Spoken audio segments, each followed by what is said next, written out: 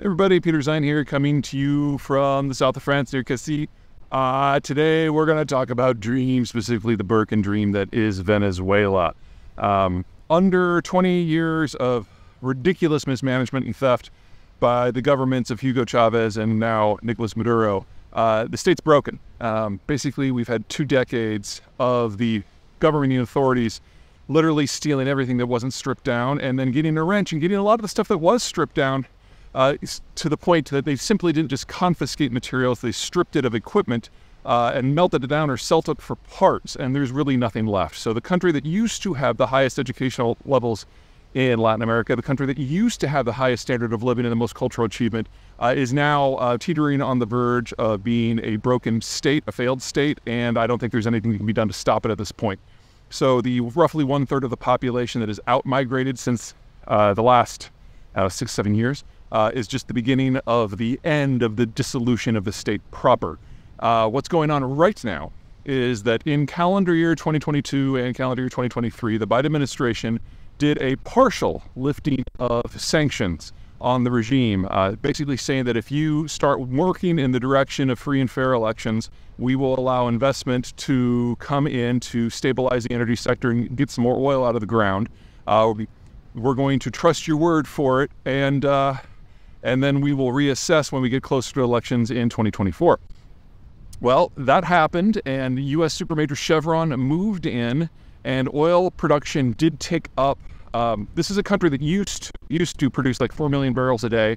They had fallen under 800,000 as of 2021. They are now back up technically to something closer to 1 million, but in the last several weeks, it's been clear that the government of Maduro has no intention of having real elections, and so the sanctions are steadily snapping back into place, and Chevron is basically throwing in the towel and packing up, and we've already seen output drop by about 1/4 in just the last couple of months. Now, there's a separate conversation to be had here about the Biden administration's energy policy towards everything.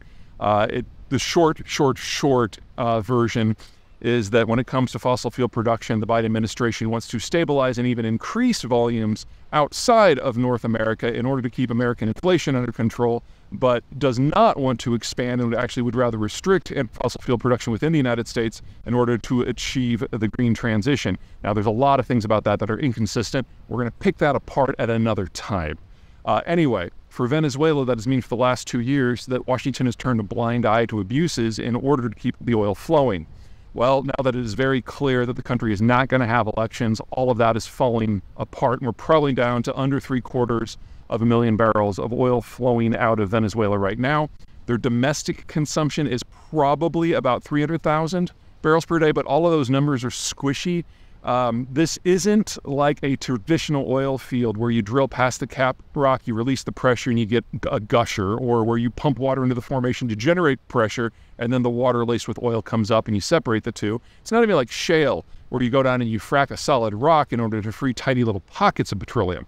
This stuff is sludge at room temperature, even in the tropics. It is solid, and you have to mix it with a lighter distillate if you are going to put it into a pipeline. Traditionally, until several years ago, they would bring in naphtha from the United States for that. More recently, because that hasn't been available, they've been bringing in kerosene from Iran.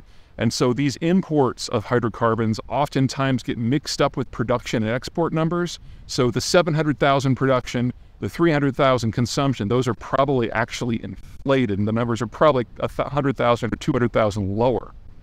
Now, what this means is without Chevron, this thing is all going to go to hell. Most of the skilled labor that made up PDVSA, that's the state oil company in Venezuela, fled. In fact, there was an attempted coup against Chavez back in the early 2000s. And so the really high-end stuff, the stuff that was part of the outcome of Venezuela being such a successful state, left a long time ago. And in bits and pieces ever since, the middle management and the secondary skill set is left. And now there's really nothing left, especially after the famine of 4 or 5 years ago.